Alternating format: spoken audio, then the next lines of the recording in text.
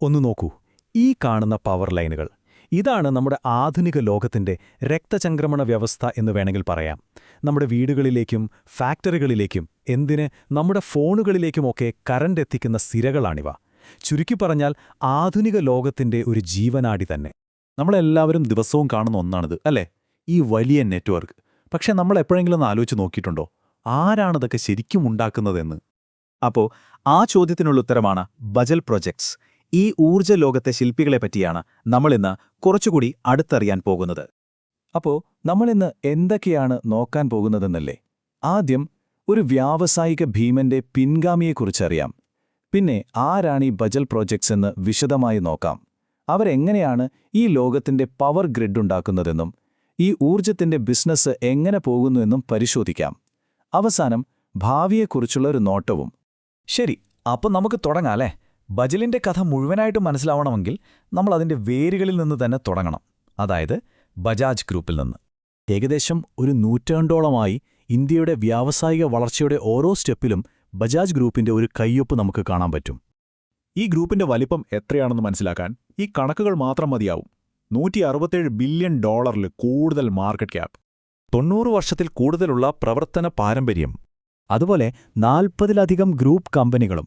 അപ്പോൾ ഇത്രയും വലിയൊരു സാമ്രാജ്യത്തിന്റെ ഭാഗമായിട്ടാണ് ബജൽ പ്രോജക്ട്സ് വരുന്നത്. അപ്പോൾ ശരി, ഈ വലിയ ഗ്രൂപ്പിൽ നിന്ന് നമുക്ക് നമ്മുടെ ഇന്നത്തെ പ്രധാന വിഷയത്തിലേക്ക് വരാം: ബജൽ പ്രോജക്ട്സ് ലിമിറ്റഡ്. അപ്പോൾ ആരാണ് ഈ ബജൽ പ്രോജക്ട്സ്? സിംപിളായി പറഞ്ഞാൽ ഇവർ ഊർജ്ജവുമായി ബന്ധപ്പെട്ട പ്രോജക്റ്റുകളുടെ ആർക്കിടെക്റ്റുകളാണ്. എന്താണ് ഈ EPC എന്നല്ലേ? ഒരു പ്രോജക്റ്റ് ഡിസൈൻ ചെയ്യുന്നത് മുതൽ അതിനുവേണ്ട സാധനങ്ങൾ വാങ്ങുന്നത് മുതൽ അത് കെട്ടിപ്പൊക്കി പൂർത്തിയാക്കുന്നത് വരെ എല്ലാം ഇവർ തന്നെ ചെയ്യും. അതാണ് എഞ്ചിനീയറിംഗ്, പ്രൊക്യൂർമെന്റ് ആൻഡ് കൺസ്ട്രക്ഷൻ. അവരുടെ യാത്ര നോക്കിയാൽ തന്നെ ഇൻട്രസ്റ്റിംഗ് ആണ്. 2001 ഒരു മാനുഫാക്ചറിംഗ് യൂണിറ്റിൽ നിന്ന് തുടങ്ങി 2007 മോണോപോൾ പോലെയുള്ള പുതിയ ടെക്നോളജി കൊണ്ടുവന്നു.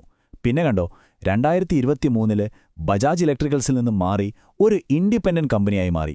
അതൊരു വലിയ മാറ്റമായിരുന്നു. ശരി, അപ്പം നമുക്ക് കാര്യത്തിലേക്ക് വരാം. ഇവർ ശരിക്കും എന്താണ് ചെയ്യുന്നത്, എന്താണ് ഉണ്ടാക്കുന്നത്? വീണ്ടും നമുക്ക് ആ രക്തചംക്രമണത്തിന്റെ ഉദാഹരണമെടുക്കാം. അതായത് പവർ പ്ലാന്റുകളിൽ നിന്ന് വലിയ നഗരങ്ങളിലേക്ക് കറണ്ട് കൊണ്ടുവരുന്ന വലിയ ഹൈവേകളുണ്ടല്ലോ, അതാണ് ട്രാൻസ്മിഷൻ, നമ്മുടെ പ്രധാന ധമനികൾ പോലെ. ഇനി ആ നഗരങ്ങളിൽ നിന്ന് ഓരോ വീട്ടിലേക്കും കടകളിലേക്കുമൊക്കെ കറണ്ട് എത്തിക്കുന്ന ചെറിയ റോഡുകളുണ്ടല്ലോ, അതാണ് ഡിസ്ട്രിബ്യൂഷൻ, ചെറിയ രക്തക്കുഴലുകൾ പോലെ. മനസ്സിലായില്ലേ?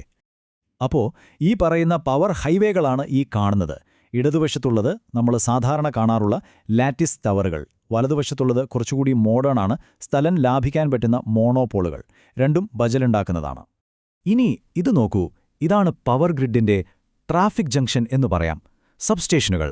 ഇവിടെ വെച്ചാണ് കറന്റിന്റെ ഫ്ലോ കൺട്രോൾ ചെയ്യുന്നതും എങ്ങോട്ട് പോകണം എന്നൊക്കെ തീരുമാനിക്കുന്നതും. ഇത്രയും കോംപ്ലക്സായ ഈ സിസ്റ്റം ഉണ്ടാക്കുന്നതും ബജലിന്റെ ജോലിയുടെ ഭാഗമാണ്. അവരുടെ പണി വെറും ഇന്ത്യയിൽ മാത്രമല്ല കേട്ടോ. ആഫ്രിക്കയിലടക്കം 7-ൽ കൂടുതൽ രാജ്യങ്ങളിലേക്ക് ഇവരുടെ പ്രോഡക്ട്സും സർവീസും ഒക്കെ എത്തുന്നുണ്ട്. പിന്നെ ഈ കണക്ക് കേട്ടോ, 900 കിലോമീറ്ററിൽ കൂടുതൽ ട്രാൻസ്മിഷൻ ലൈനുകളാണ് ഇവരുണ്ടാക്കിയത്. ഒന്ന് ആലോചിച്ച് നോക്കൂ. അതായത് ഏകദേശം കന്യാകുമാരിയിൽ നിന്ന് ഡൽഹി വരെ 3 തവണ പോയി വരുന്ന ദൂരം. ഇത്രയൊക്കെ വലിയ പ്രോജക്റ്റുകൾ ചെയ്യുന്ന ഒരു കമ്പനിയിലെ അപ്പോൾ അവരുടെ സാമ്പത്തിക കാര്യങ്ങൾ എങ്ങനെയാണെന്ന് നമുക്കൊന്ന് നോക്കാം, അല്ലേ? ഈ കണക്കുകൾ നോക്കുമ്പോൾ ഒരു കാര്യം വ്യക്തമാണ്. അവരുടെ കയ്യിൽ ഏകദേശം 2900 കോടി രൂപയുടെ ഓർഡറുകൾ ഇരിപ്പുണ്ട്. അതിന്റെ അർത്ഥം എന്താണെന്ന് വെച്ചാൽ അടുത്ത കുറച്ചു കാലത്തേക്ക് അവർക്ക് പണിക്കൊരു കുറവുമില്ല. വരുമാനത്തിലും നല്ലൊരു വളർച്ചയുണ്ട്. ഒരു കാര്യം ഓർമ്മിപ്പിക്കട്ടെ, ഇതൊരു ഇൻവെസ്റ്റ്മെന്റ് അഡ്വൈസ് ഒന്നുമല്ല. പക്ഷേ ഈ സ്റ്റോക്ക് ചാർട്ട് കാണിക്കുന്നത് ഈ കമ്പനിയുടെ പെർഫോമൻസിൽ മാർക്കറ്റിനൊരു താൽപ്പര്യമുണ്ടെന്നാണ്. ഈ റിപ്പോർട്ട് വന്ന സമയത്ത് മാർക്കറ്റിലൊരു പോസിറ്റീവ് ട്രെൻഡ്, അതായത് ഒരു ബുള്ളിഷ് ട്രെൻഡായിരുന്നു കാണിച്ചിരുന്നത്. ഓക്കെ, അപ്പോൾ കമ്പനിയുടെ ഇന്നലകളും ഇന്നുമൊക്കെ നമ്മളിത് കണ്ടു. ഇനി നമുക്ക് ഭാവിയിലേക്ക് ഒന്ന് നോക്കിയാലോ? അപ്പോൾ ഇതൊക്കെ നമ്മൾ എന്തിനാണ് ഇപ്പോൾ അറിയുന്നത്? കാരണം സിമ്പിളാണ്. ഈ വലിയ ടവറുകളും ലൈനുകളുമൊക്കെ നമ്മളിൽ നിന്ന് എത്രയോ ദൂരെയാണെന്ന് തോന്നാം.